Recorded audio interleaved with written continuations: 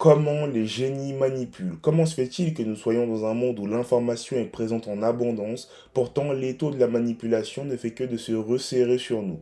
Comment expliquer un tel phénomène? En premier lieu, ce serait intéressant de savoir qu'est-ce que la manipulation.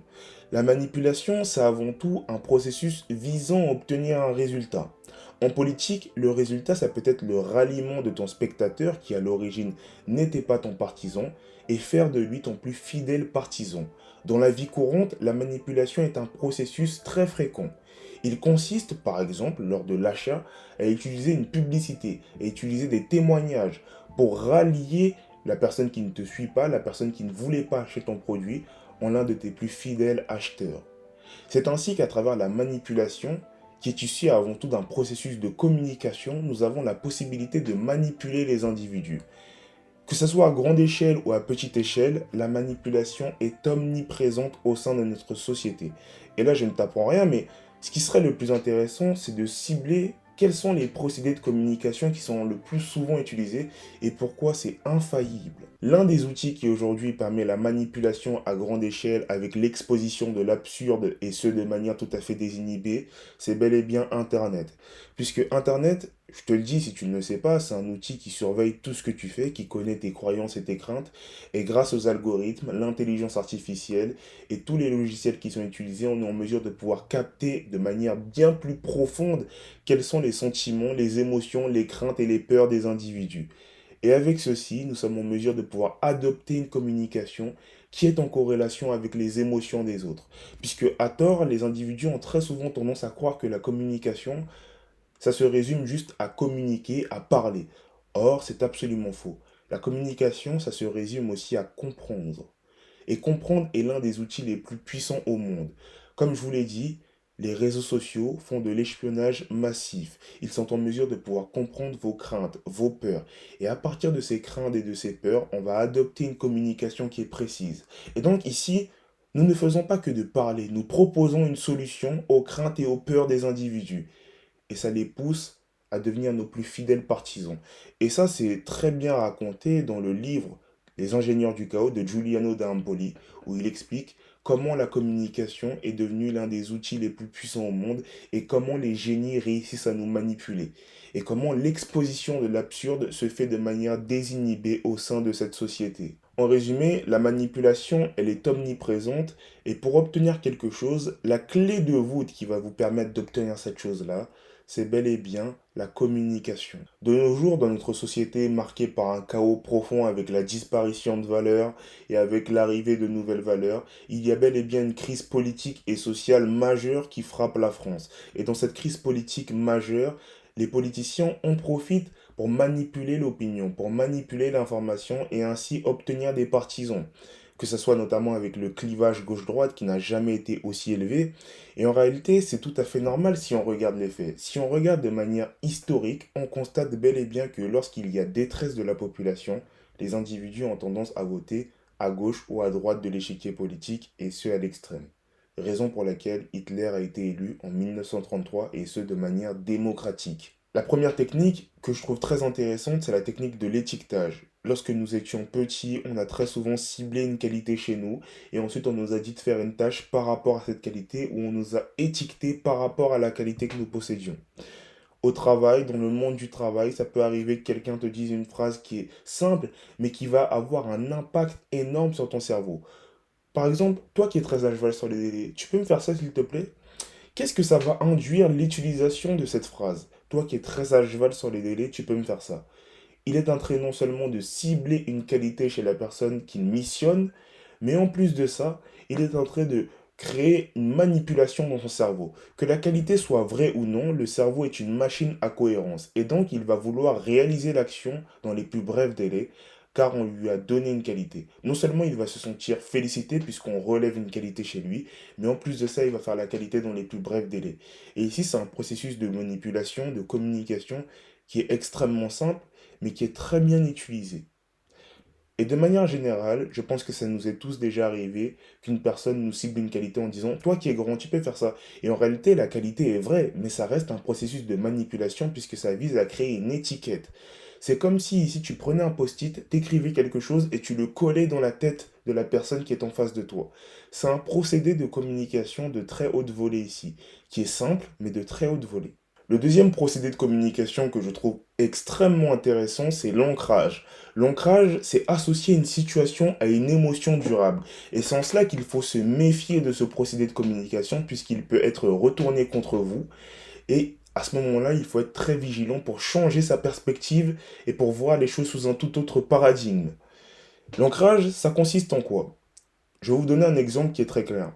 Je pense que ça vous est tous déjà arrivé d'aller à l'école, de lever la main en classe et de ne pas forcément connaître la réponse. Vous levez la main à l'origine car vous considérez que lever la main, c'est toujours une bonne chose et ça vous permet de pouvoir vous améliorer. Mais vous vous rendez compte que toute la classe se moque de vous puisque vous avez mal prononcé un mot ou peut-être vous vous êtes trompé dans la réponse. Ce qui se passe, c'est que vous vous sentez mal, logiquement. Chaque élève, chaque jeune de cet âge-là va se sentir mal lorsque les gens vont se moquer de lui. Et tu te sens mal et au final, tu décides d'arrêter de lever la main. Et tu commences à te dire que lever la main, ce n'est pas bien. Et de manière générale, tu exportes cette situation de mal-être que tu as eue dans ta vie de manière générale. Tu la transposes dans chaque segment de ta vie. Et tu comprends une chose majeure, essayer, ce n'est pas bien. Puisque quand j'essaye, les gens se moquent de moi. Et quand les gens se moquent de moi, moi je vais mal. La situation qui est créée, c'est un ancrage. Tu associes le fait d'essayer au fait que les gens vont se moquer de toi. Et ainsi, tu commences à mener une vie de compromis dans laquelle tu ne réalises aucune action, même celle que tu avais envie de réaliser à l'origine, car tu penses que les gens vont se moquer de toi. Raison pour laquelle les gens ne se lancent jamais sur les réseaux sociaux, parce qu'ils ont peur que les gens se moquent d'eux. Voici la raison pour laquelle j'ai dit tout à l'heure que cet ancrage était l'ancrage le plus dangereux et que c'était primordial de changer de perspective et d'arrêter de se replier sur soi-même. Et donc à ce moment-là, il y a aussi la possibilité de changer d'ancrage en comprenant que lorsque tu essayes, tu obtiens des résultats et en changeant totalement son paradigme. Aussi une raison pour laquelle je considère qu'il est essentiel de regarder des personnes inspirantes. Et même si Tony Parker disait une phrase dont les gens se moquent très souvent, je pense que sa phrase est plutôt intéressante dans la mesure où elle peut revoir ta définition de certaines choses. Tony Parker, il disait que si les gens ne se moquent pas de toi lorsque tu dis ton rêve, ça veut dire que ton rêve n'est pas assez grand. Et en cela, c'est extrêmement intéressant que tu adoptes une telle mentalité, que tu comprennes que si les gens se moquent de toi, c'est pour évacuer leurs craintes. Ensuite, le troisième procédé de communication que je trouve très intéressant, c'est la répétition.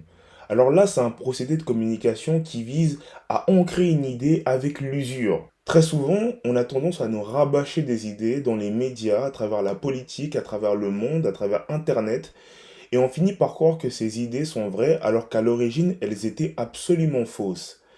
Ces messages étaient même peut-être erronés, mais au fur et à mesure de les répéter de manière perpétuelle et continuelle, on commence à croire que c'est la réalité des faits, alors que c'est totalement erroné. Prenons le cas des inégalités hommes-femmes de 20%. Au final, on nous a rabâché pendant des années et des années que c'était le cas, que ça existait vraiment, mais lorsqu'on demande à une femme de dire quel avantage a un homme que elle n'a pas, elles ne sont toutes pas en mesure de pouvoir le dire, puisqu'on leur a rabâché ça dans leur esprit à maintes et maintes reprises. La répétition, c'est l'un des procédés les plus intéressants puisqu'il permet de faire en sorte que les individus qui aient adhéré à des idées ne se remettent même pas en question sur la réalité de leur idée. Pourtant, des gens vont tenter de réfuter cela, mais ça ne sera pas suffisant, puisque il y a un bourrage de crâne, il y a une répétition qui a été effectuée depuis leur tendre jeunesse, et au fur et à mesure du temps, ils ne sont même plus en mesure de pouvoir savoir si c'est vrai ou non, puisque ça devient automatique.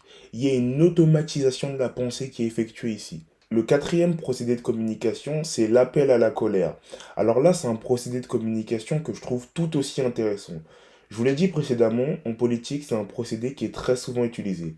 On invite à un vote par sécurité. On joue avec les émotions de la personne qui est en face de nous. C'est le procédé le plus classique. On amène la personne à faire un choix pour la nation. On amène la personne à lui expliquer que s'il veut préserver l'identité française, il doit prendre telle ou telle décision. Et c'est un procédé qui vise à créer une sorte d'ultimatum, de décision finale. Une décision qui serait fatale. On crée le sentiment, l'impression qu'il y a une décision fatale et que si cette décision n'est pas prise, si la personne prend la mauvaise décision, eh bien c'en est fini de son avenir et celui de toute une nation ou peut-être de toute chose à laquelle il croit dur comme fer ou à laquelle il a une certaine affection. C'est ce qu'on appelle l'appel aux émotions. L'achat compulsif en business, c'est l'un des meilleurs achats possibles. Eh bien, en politique aussi, c'est l'une des meilleures choses possibles de faire voter quelqu'un aux émotions. Le but est d'obtenir les émotions de la personne qui est en face de toi.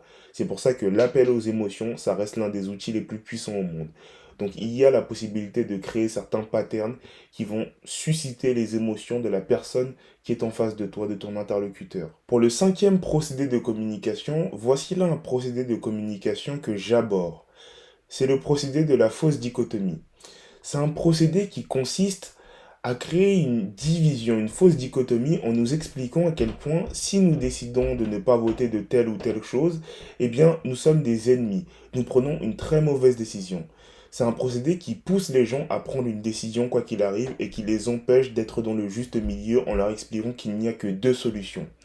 Procédé de communication qui évidemment fonctionne très souvent puisqu'il oblige les gens quasiment à prendre la décision de se rallier à une cause particulière.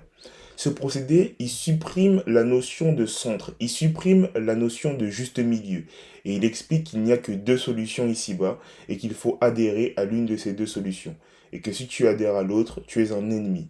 C'est un procédé qui est très souvent utilisé par la bien-pensance pour nous expliquer à quel point nous ne pouvons pas être au juste milieu et que nous devons faire notre choix et que nous ne devons pas être dans le politiquement correct. Très souvent utilisé et qui fonctionne plutôt bien d'ailleurs. C'est un procédé qui concrètement force à choisir. Et si tu ne choisis pas, tu es considéré comme étant un ennemi. Dans cette vidéo, je pense que tu as compris à quel point la communication et la manipulation étaient étroitement liées. Et que par compréhension de la psychologie humaine, par compréhension du comportement humain, on est en mesure de pouvoir encourager une personne à prendre une décision, que ce soit en politique ou dans la vie courante. Raison pour laquelle aujourd'hui nous avons l'impression que les gens sont divisés, parce que c'est la communication qui les a divisés. Et grâce à cela, on a été en mesure de pouvoir manipuler leur subconscient et leur cerveau et les encourager à prendre des décisions. Raison pour laquelle la communication est l'outil le plus puissant au monde.